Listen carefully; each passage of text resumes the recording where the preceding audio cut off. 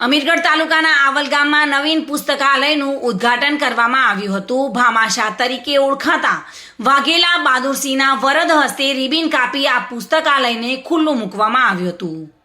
આ શુભ પ્રસંગ નિમિત્તે અમીરગઢ તાલુકાના મામલતદાર, ટીડીઓ તથા પીઆઈ હાજર રહ્યા હતા અને આવલ ગામનું ગૌરવ વધાર્યું હતું। આ સાથે આવલ ગામની પ્રાથમિક શાળાના તમામ બાળકોને પ્રીતિ ભોજન આપવામાં આવ્યું હતું।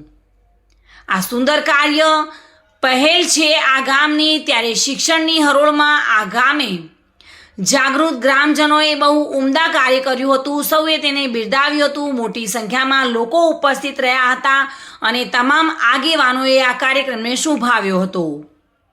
સંગ્રામસિંહ ડાભી સાથે bureau report, today Gujarati news.